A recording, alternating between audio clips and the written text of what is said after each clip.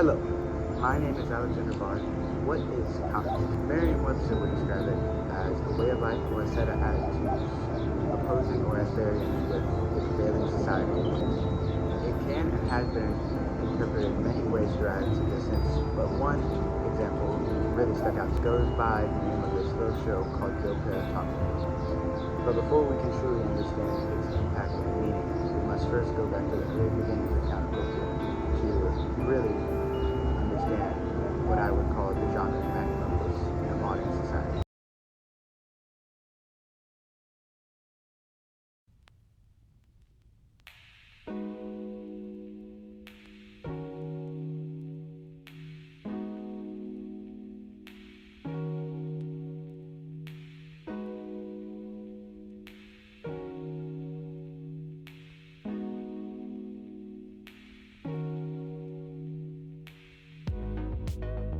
It all began back in the 60s, with the rise of the Vietnam War and the U.S.'s recent involvement and decisions in the war causing an uproar of our youth in America, specifically young adults. They disagreed with the reasoning and ethics of the U.S. joining the war, with it being the lighter in a chain reaction of events that we would come to know as counterculture. Even though their movements may have been popular and all over the news, they were in a minority with their belief on how the country should carry out their foreign affairs. This caused a group to be formed that we now use as slang or terminology for people we deem as low weird and nature-oriented. This introduction of what is now called hippies was a whole movement spanning larger than just the Vietnam War to thoughts and ideas on commercialism and overall how and what society views as normal. Now, as most people from the outside looking in just saw this as an excuse for college kids to be stoners and tree huggers, it was an overall goal or message they were trying to send to not just America but the rest of the world.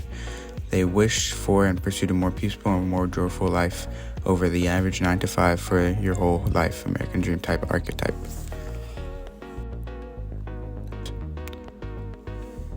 This was shown as from the way they were dressed in a more new age style to the music they listened to, which was psychedelic rock instead of the more popular classical rock at the time.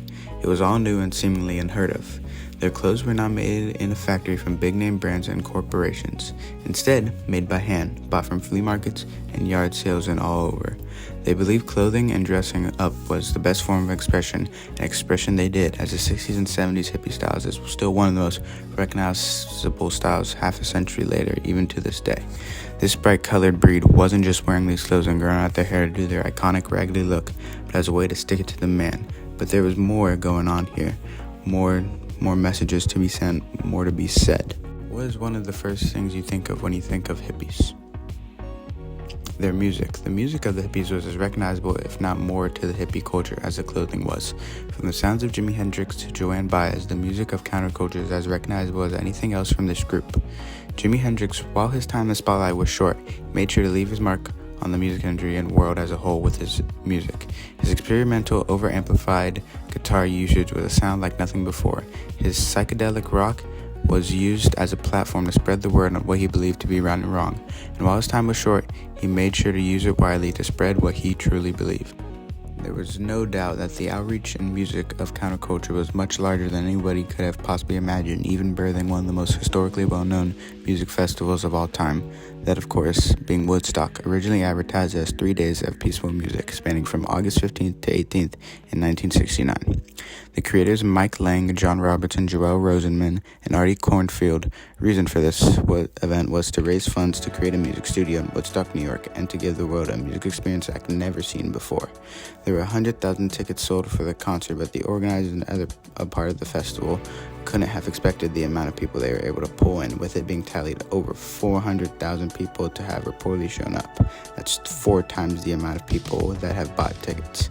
This 3-day-long hippie party included 33 performances from the likes of the aforementioned Jimi Hendrix, Jefferson Airplane, The Who, The Grateful Dead, Sly and the Family Zone, Janis Joplin, and Creedence Clearwater Revival, just to name a few of the more notable bands, as there are so many more that I can't even begin to name at this moment. The one that really stuck out to me, though, was The Who, as now they're considered and deemed as one of the most recognizable popular bands of the 70s, with their hit song being Baba O'Reilly being one of the most recognizable songs of the 70s. The music and the clothing of its time period has definitely left its mark, as both are still prevalent in our culture today, except instead of being more underground, they're more mainstream. But how do we get from there to the present time where a guy who lives in the Upper Peninsula of Michigan talking about and showing mundane topics to be considered the mainstay of counterculture, comparative to the crazy and rebellious attitude of the original counterculture where they were known for destroying and rioting, comparative to now where a guy who is calm and relaxed, who is mild-mannered, is known for counterculture? Think about today and what you do on a daily basis, whether it be more daunting tasks such as your job or more trivial parts such as eating. You're always doing something throughout your day. From the inside looking out, you see everything you do as normal or a regular day. But if you're on the outside looking in, some things that you do on a regular basis may be weird or fascinating to them, but don't think any less of it because it's simply your daily routine and you know nothing. Check your screen time right now. More specifically, check your screen time on social media apps and ask yourself, do I need to use these apps as much as I do? Do I need to use it every day? And could I live without it? With the integration of social media in our society and the desire to go somewhere cooler and better than everyone else, we lose the awareness of how simple and basic modern items and actions are, such as phone, tablet, any sort of electronics we take for granted now. Social media has you wanting and chasing that dopamine high more and more, so you want to see something funnier, better, cooler, causing a rapid change over the course of just 1 week, month, or a year as you keep trying to keep up with the trends. That is what culture of society and pop culture is in the year 2023. So what would be counterculture? Counterculture in the year 2023 would be Joe Pera. He's unlike anyone you'll see nowadays, but is overall the most normal guy you'll meet as he focuses on the most mundane things you can think of. In the show, he plays the more exaggerated version of himself, who lives in the Upper Peninsula of Michigan in a little town. He doesn't talk to many people, but is kind to all, extremely mild-mannered in his speech and actions. By all means, what I just described to you would be considered him normal, but if you saw him and talked to him, you would consider him weird, awkward, and just socially inept even. And the way I will represent this is watch this clip of him talking about these mundane things. You will consider this weird and wonder how people enjoy this. Yes. Please tell us what it was like growing up in an Amish community. I actually like that one. Enjoy your breakfast, guys. He can sting with more poison when he wants to, but Timrick's just doing his job. So is this cake case. Someone once told me that spinning cake cases sell up to 40% more dessert. I believe it. Now let me stop you right there. Why do you think he's like that? Why is he talking to the camera? Who is he talking to? Exactly. All his enjoyment and wonder and him getting lost in his own thoughts is weird to you, wouldn't it be? But that is why he represents counterculture in modern society. He's just a guy and appreciates all the mundane and normal things in life. He's the most normal guy you'll ever meet in a world full of people trying to be different. Except he's just trying to fit in like everybody else. He'll be the most different guy you ever meet. Instead of trying to be someone like everybody else, he says to himself, I'm not really worried about my legacy. In fact, I hope I'm not remembered at all and that one day I can just disappear. I think the best episode where all his character traits are on full display and he is every bit of himself as in the show that you could ever get is the episode Joe Pera Reads You the Church Announcements. In this episode, he is talking about the church announcements but gets sidetracked trying to tell everybody about this new song he heard of called Baba O'Reilly. In the episode, it shows him discovering that a song that was released years ago in comparison to the time he discovers it, and him listening to it is kind of pure bliss. His excitement and pure enjoyment for the song is his kind of high.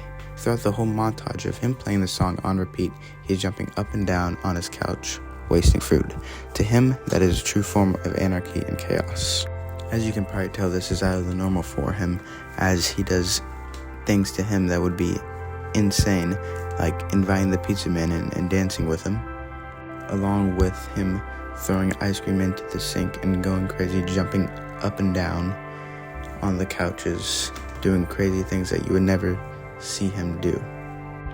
At the end of the episode, he speaks on how these new experiences, such as finding a new song or finding a new interest, is kind of intoxicating, and how he's on a ride of new experiences, such as trying Starbucks that morning, say how it's a little much for him, but boy do I feel alive. These feelings are things we feel, or even sometimes try to hide the fact that we feel these emotions. It gives him this very grounded and real feel. It lets you know and shows you that he's not this happy-go-lucky character in this world of cotton candy and sugar plums. He is a human and inhabits the real world. The details in the episodes are also amazing, with him first hearing the song whilst doing dishes, the most mundane thing you can think of, dishes.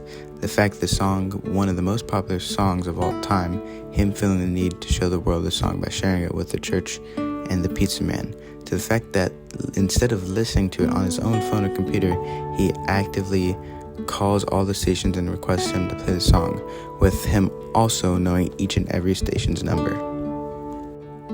To you, these things may seem weird or irregular, and so are they to him, but the childlike interest and wonder is there, and it's something most people stray away from, or even try to hide that side of them, while he just embraces it. He is so normal in concept that yet he is weird and uninteresting with his mundane life and interest. Yet he still is an enigma to the people that see it and understand it. He does not do what he does for the fame and the satisfaction of the people he does it for, the people that are like-minded and share the same thoughts that he does. He does not do what he does for the many, but for the few that are willing to listen.